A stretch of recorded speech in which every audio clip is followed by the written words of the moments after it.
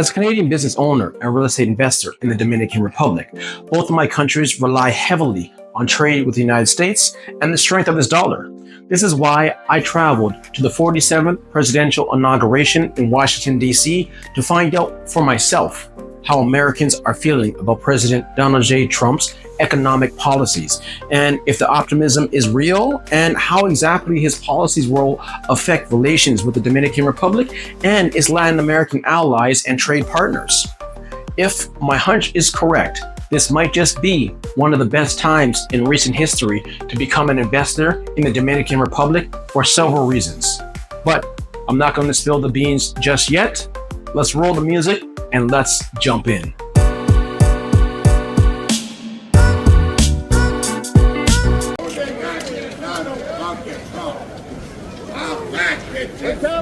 He's back. Daddy's oh yeah. Fucking Trump, baby. I'm back, bitches. You can't get it.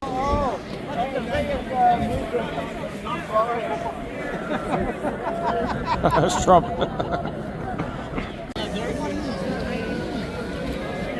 That's crazy. Hey, you! Tell Trump. Jeez.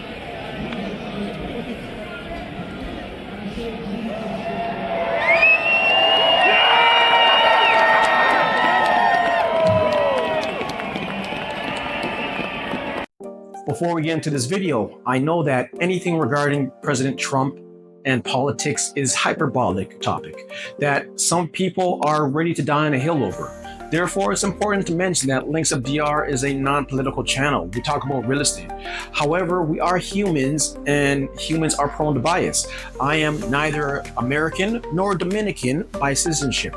So hopefully that brings some degree of objectivity to my analysis. This channel is about real estate, investment, business, and living that dream lifestyle in the beautiful and always sunny Dominican Republic. So for us, it doesn't matter who's in charge of the United States. It could be a Martian for all I care. As long as his policies or her policies align with the Dominican Republic, which happens to be the country where I have chosen to invest my future into.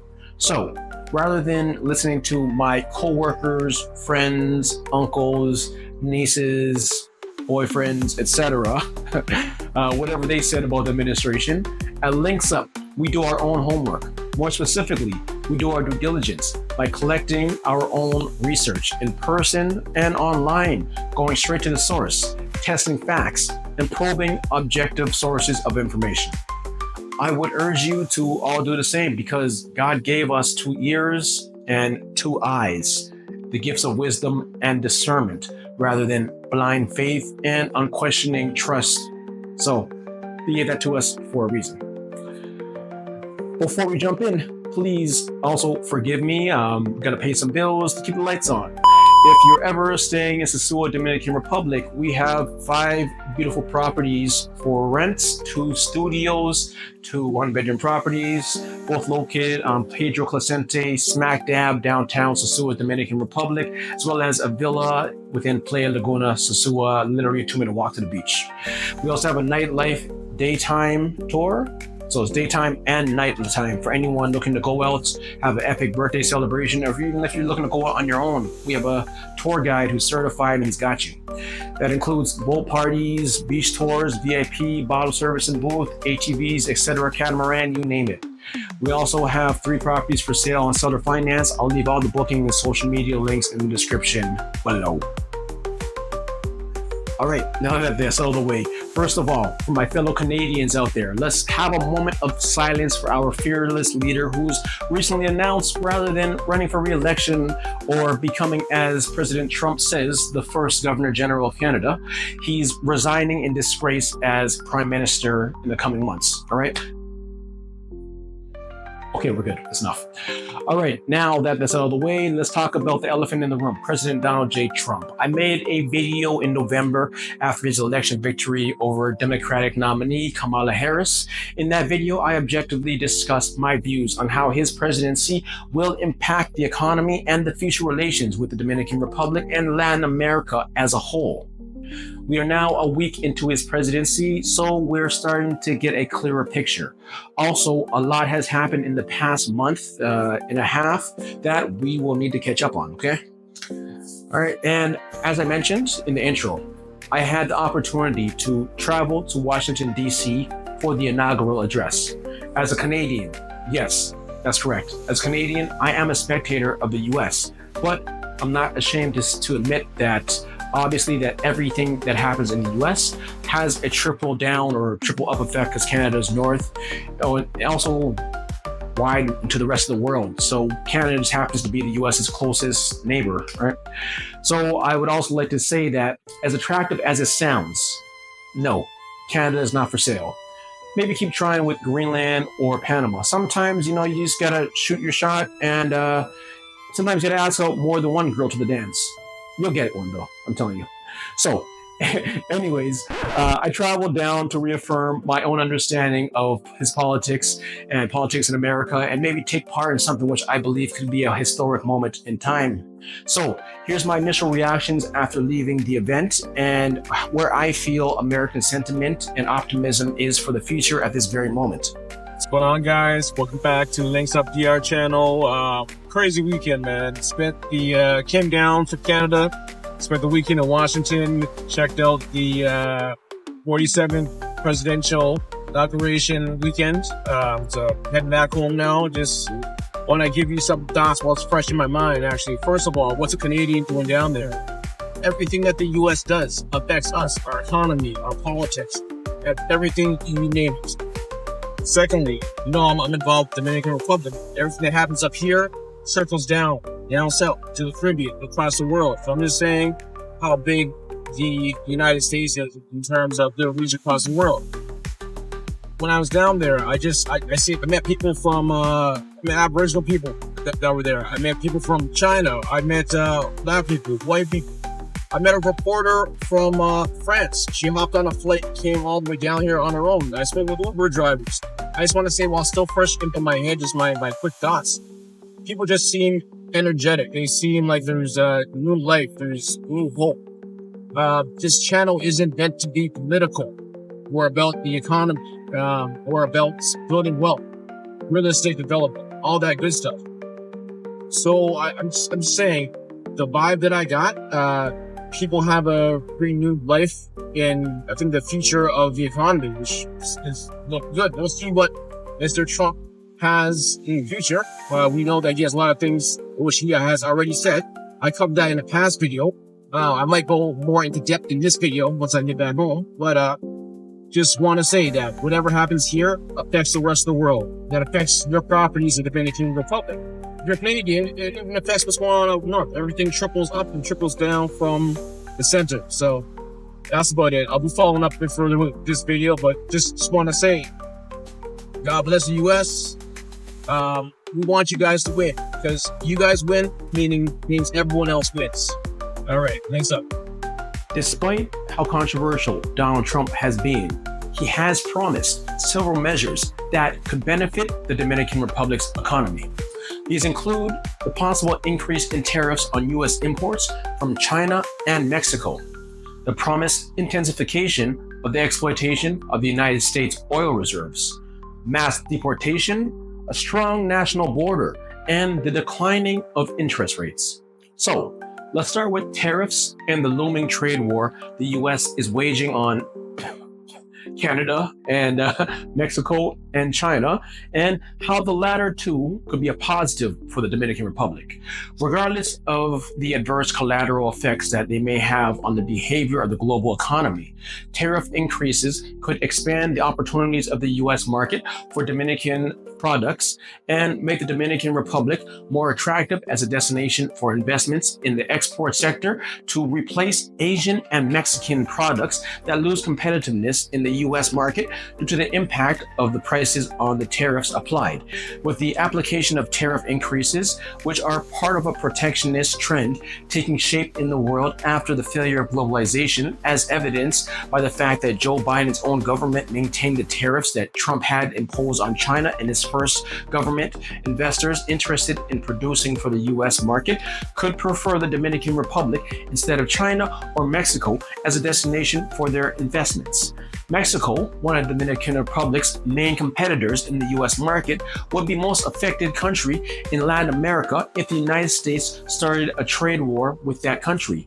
As for oil exploitation, Trump's purpose was reflected in these words as he pronounced after his victory was announced. Let me try it in his voice, okay?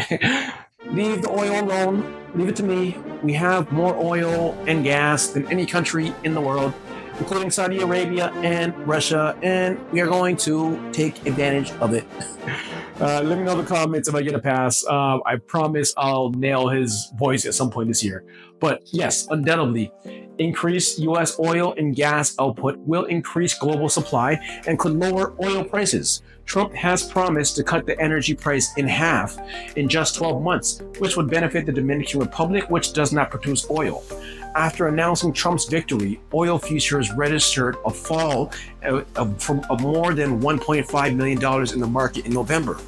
Regarding Trump's policy on mass deportation of illegal immigrants, it could be a negative for the Dominican Republic, as the Caribbean country could see a reduction in remittances to families back home.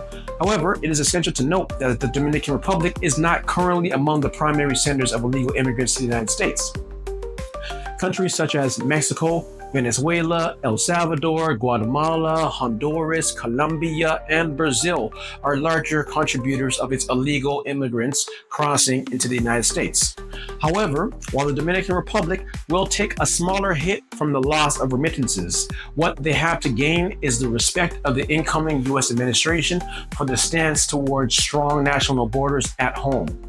Secretary of State Marco Rubio delivered a speech during his Senate confirmation hearing, highlighting, among other things, the Dominican Republic's effective management of the border challenge with Haiti, its rapid recovery from the pandemic, and the resurgence of its tourism industry. In response to questions about the outlook for bilateral relations under Trump's renewed leadership, following a period of strong ties with outgoing President Joe Biden, President Luis Abinader stated this perspective was already expressed by Secretary of State Rubio, who said that the Dominican Republic is one of the countries where things are done well, demonstrating the favorable view that the President Trump's administration has of our government. Lastly, but not least, let's talk about interest rates. In the US, how changes in rates can affect the Dominican market. On Thursday, President Donald Trump addressed a room full of the richest business leaders and executives at the World Economic Forum's annual meeting in Davos, Switzerland. If you know anything about these guys, you know that they're about their business, number one. Number two, you would also know that they are pro-globalist in opposition to independent and nationalist states. Among the many controversial policies, President Trump was elected on reaffirming to the global community that with oil prices going down, he would press the Federal Reserve to lower interest rates immediately, rekindling the fight over the historically independent U.S. central bank and thus dropping interest rates all over the world. This is relevant to the Dominican Republic because the U.S. is its largest trading partner. In 2022, the U.S. exported $17 billion and imported $13.5 billion in trade with the Dominican Republic. The U.S. goods and service trade surplus with the Dominican Republic was $3.4 billion in 2022. I believe another reason that the Dominican Republic is not on President Trump's naughty list of countries to tariff is because the U.S. has a trade surplus rather than a deficit with the Dominican Republic. Therefore, the Dominican Republic serves no real economic threat to the United States. In fact, strategically, it aligned itself with the U.S.'s economic trade policies better than most other Latin American countries. Furthermore, global financial institutions are considering giving the Dominican Republic the better lending rates that developed nations receive. This is due to the Dominican Republic's consistency, experiencing one of the fastest growing economies in Latin America for decades, largely driven by its tourism sector, providing substantial revenue for the rest of the country. According to the International Monetary Fund, the Dominican Republic has the potential to become a developed nation within the next 40 years. with its current economic growth trajectory indicating a path towards advanced economy status, provided it addresses key challenges like improving education equality, reforming the electricity sector, and tackling labor market insecurities. Thus, in order to receive these better lending rates, the government would need to eventually increase its tax revenues to compete with these goals mentioned above. How the government plans to do so, whether it's by taxing local goods or lifting tax restrictions on foreign investors, such as the Cashflow law, which is still yet to be determined. As real estate investors, we will be sure to keep an eye on this, but either way, lower lending rates would be a bonus for anybody looking to purchase property in the Dominican Republic. This means that investors of foreign and domestic have greater purchasing power through lower lending rates.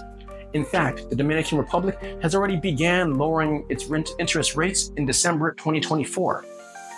The Central Bank of the Dominican Republic lowered its benchmark interest rate by 25 basis points to 5.75% during December 2024 meeting, following a cumulative reduction of 275 basis points since May 2023. The decision reflects favorable international conditions, including rate cuts by major central banks, easing of inflationary pressures, and stable commodity prices, and annual inflation stood at 3.18% in November, remaining within the 4% to 1% target range, while core inflation at 3.93% hovered near the midpoint. The Dominican economy grew by 5.1% year to date through November and is projected to expand by 5% in 2025. So they're also driven by the reasons mentioned above: robust performance in tourism, remittance, exports, and foreign investment. To bolster the liquidity of the central bank, it has implemented measures including $35.4 billion Dominican peso legal reserves and the extension of liquidity facilities providing 175 billion Dominican pesos in total within the financial system. These are all signs of a healthy, growing economy. For the reasons I mentioned, I believe we will see more pros than cons coming from the Dominican Republic's relationship with the new Trump administration. The only caveat I would mention is the possibility of President Trump's trade war backfiring. If Trump follows through on his promises to impose widespread tariffs on imports and deport millions of immigrants, some economists expect inflation could worsen, making it less likely the Federal Reserve will cut its key interest rates by much this year. Therefore, all of these trends will likely keep borrowing costs higher, including for homes and cars. At the end of the day, we're all spectators, and the only actuality we can rely on is time. In my opinion, we're living within a very rare opportunity that the world has yet to see. Great opportunity is always found in times of confusion and fogginess in global markets. If you ask anyone who's made money through real estate, they'll tell you they became wealthy by zigging while others zagged. We are currently in a buyer's market due to high interest rates and other economic and political factors. Therefore, you have two options: wait for rates to drop and prices on properties to rise once buyers flood back into the markets, or you go out and you find a solid steal of a deal that pencils out, that you know can withstand the high interest rates that much evidence says will eventually be coming down. The only question is, when and for how long will they stay high? There are many YouTubers out there who are saying not to invest, save your money, debt's bad, wait for the right moment. I'm not your financial investor, so I'm not going to tell you what to do with your money. All I'll say is there's never a perfect time to invest. Today's price is not going to be tomorrow's, and you can take that literally to the bank. All right, those are my words of advice. I appreciate you for sticking around to the end of this video. If you found value in this video and you want to see more, please subscribe and hit the like button so that these videos push through the YouTube algorithm to get to future and current investors trying to navigate their way through the Dominican Republic's system. If you have any questions, feel free to drop them in the chat. Also, if you're looking to invest in some good starter income properties in the Dominican Republic, I have 3 condo properties for sale, all on seller finance. So that means you can get into a property with as low as $30K down. Okay, so those properties are going to be downtown Sosua, and they've got earning potential and it's almost always tourist season in DR. Remember that. So I'll leave a short clip at the end of those properties, and I'll link it in the description for the details. All right, so that's it for this video. Thank you again, and I'll see you in the next one.